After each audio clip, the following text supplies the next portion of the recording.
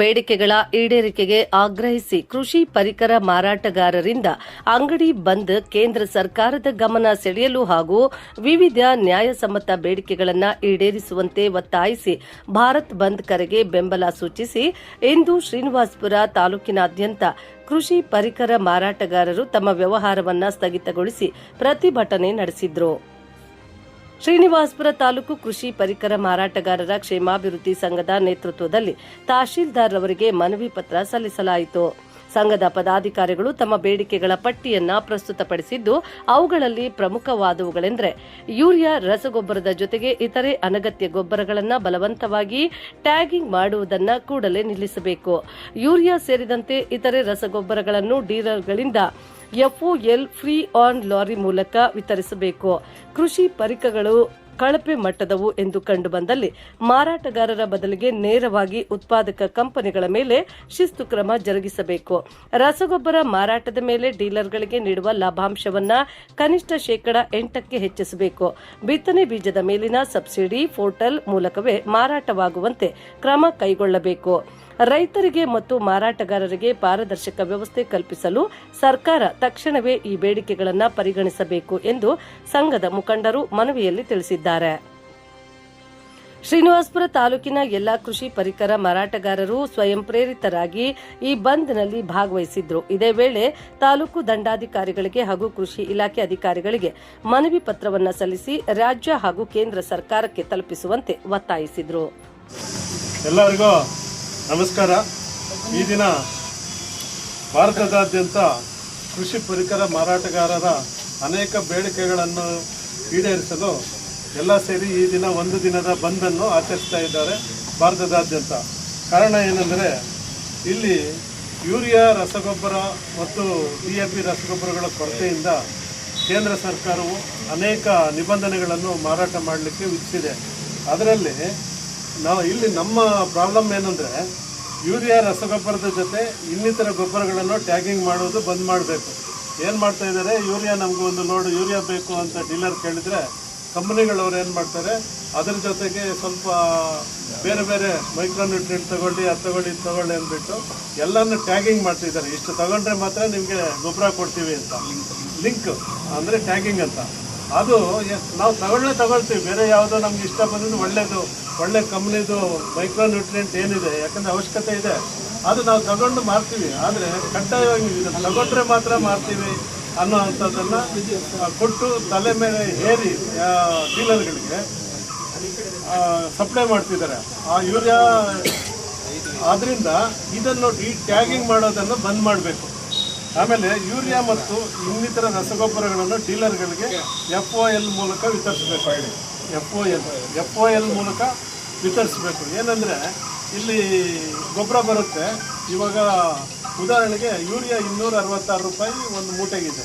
266 ರೂಪಾಯಿ ಬಿಲ್ ಆದರೆ ಮತ್ತೆ ಟ್ರಾನ್ಸ್ಪೋರ್ಟೇಷನ್, ಅಲ್ಲಿ ನಮ್ಮಲ್ಲಿ ಅರ್ಧ ಟ್ರಾನ್ಸ್ಪೋರ್ಟೇಷನ್ ಕೊಡಿ, ಇಳಿಸ್ಲಿಕ್ಕೆ ದುಡ್ಡು ಕೊಡಿ ಅಂತ ಕೇಳಿದಾಗ 300 ರೂಪಾಯಿ ಖರ್ಚು ಬರ್ತಾ ಇದೆ. ಆದರೆ 300 ರೂಪಾಯಿ ನಮಗೆ ಡೀಲರ್ಗೆ ಒಂದು ಮೂಟೆಗೆ ಖರ್ಚು ಬರುತ್ತೆ. ಏನು, ಅಲ್ಲಿಂದ ಬಂದು ಸಾಗಾಣಿಕೆ ಮತ್ತು ಇಲ್ಲಿ ಇಳಿಸ್ಲಿಕ್ಕೆ ಅಂತ.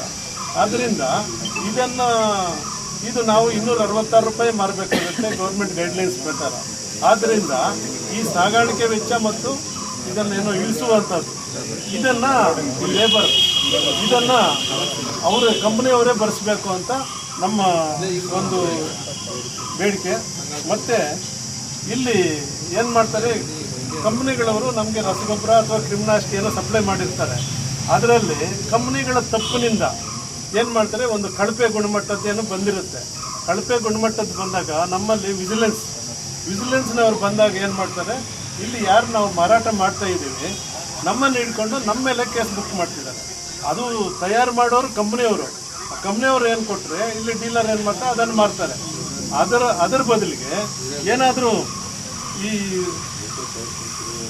ಈ ಕಳಪೆ ಗುಣಮಟ್ಟದ್ದು ಯಾವುದೇ ಆದರೂ ಬಂದಿದ್ರೆ ಅದು ಯಾವುದೇ ಕಂಪನಿಯವರನ್ನು ಕಳಪೆ ಗುಣಮಟ್ಟ ಏನಾದರೂ ಇದ್ದರೆ ಕಂಪನಿಯವರನ್ನು ಹೊಣೆಗಾರರನ್ನಾಗಿ ಮಾಡಿ A1 ಆಗಿ ಮಾಡಿ ಅವ್ರ ಮೇಲೆ ಕೇಸ್ ಬುಕ್ ಮಾಡಿ ಈ ಡೀಲರನ್ನು ಸಾಕ್ಷಿಗಾರರನ್ನಾಗಿ ಮಾಡಬೇಕು ಅಂತ ನಮ್ಮ ಡಿಮ್ಯಾಂಡ್ ಇದೆ. ಇನ್ನೊಂದು, ಎಲ್ಲ ರಾಸಾಯನಿಕ ಗೊಬ್ಬರದ ಮಾರಾಟದ ಮೇಲೆ ಏನು ರೇಟು ಕಂಪ್ನಿಯಿಂದ ಬರುತ್ತೆ ಅದೇ ಅದೇ ರೇಟ್ಗೆ ನೀವು ಮಾರಬೇಕು ಅಂತ ನಮ್ಮಲ್ಲಿ ಏರಿಕೆ ಮಾಡ್ತಾರೆ.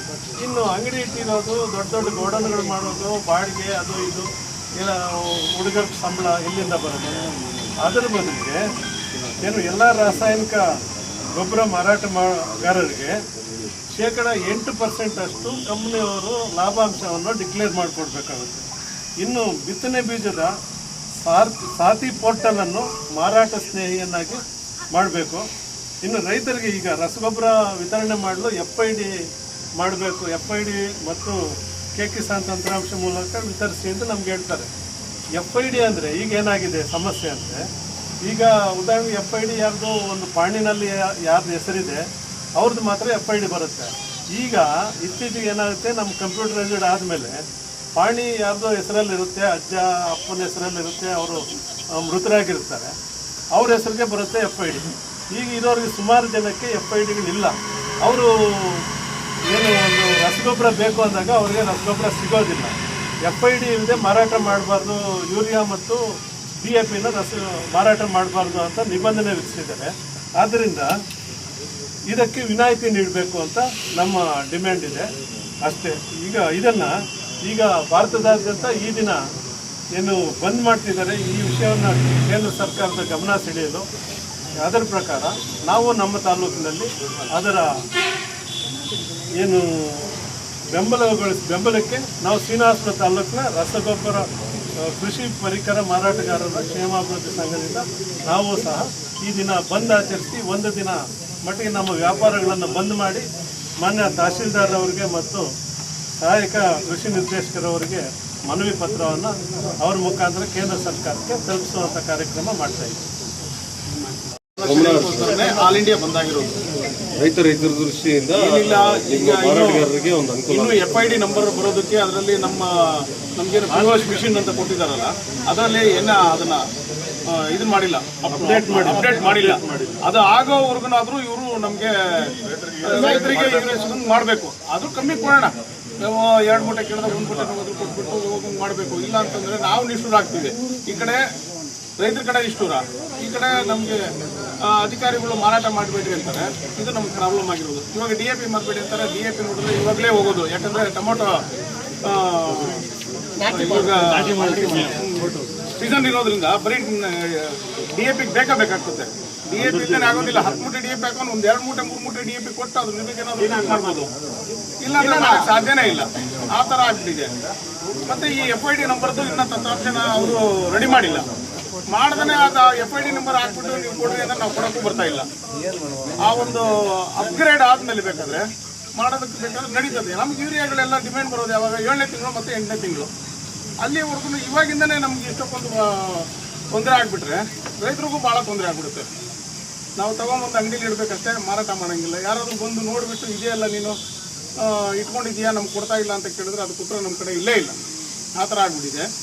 ಅದ್ರ ಬಗ್ಗೆನೇ ನಮ್ಮ ಕೃಷಿ ಇಲಾಖೆಯವ್ರಿಗೂ ಒಂದು ಮನವಿ ಕೊಟ್ಟು ಅವ್ರಿಗೂ ಒಂದು ಅವ್ರಿಗೆಲ್ಲ ಗೊತ್ತಿದೆ ಏನಾಗ್ತಾ ಇದೆ ಅಂತಂದು ಎಲ್ರಿಗೂ ಗೊತ್ತಿದೆ.